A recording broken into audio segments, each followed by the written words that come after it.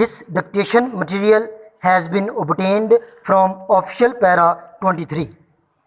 I am directed to refer to this department's circular letter dated the 21st October 1971, in which a firm policy was laid down that the domicile declared by a person at the time of entry into service will be treated a final throughout his service career, and no subsequent change would be recognized or reflected in his service record. Full stop.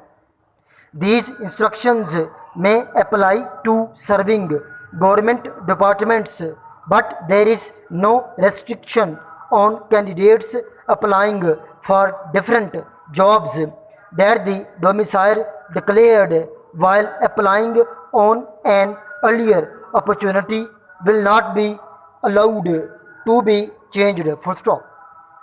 Instances have become to the notice of government that certain candidates applied for a vacancy allocated to a particular zone and produced domicile certificate from the different zone. Full stop.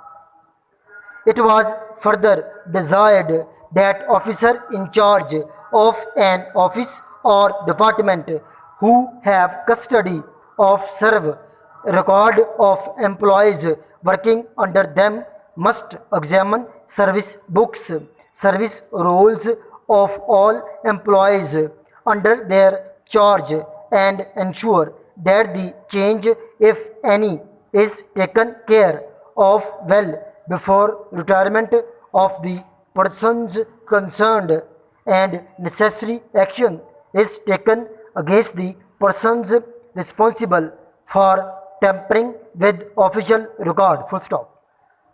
It has been observed that the number of such cases referred to this department is on the increase, and it is always claimed that responsibility for the change cannot be fixed. Full stop. In order to avoid belated reference, it has been decided that all heads of offices who have the custody of service books, service rolls, must record a certificate in the first week of January every year in every service book to the effect that they have personally examined the service book, service roll, and have found these in order. Full stop. This para has been dictated by Kamran, working as PA in Civil Secretariat, Lahore.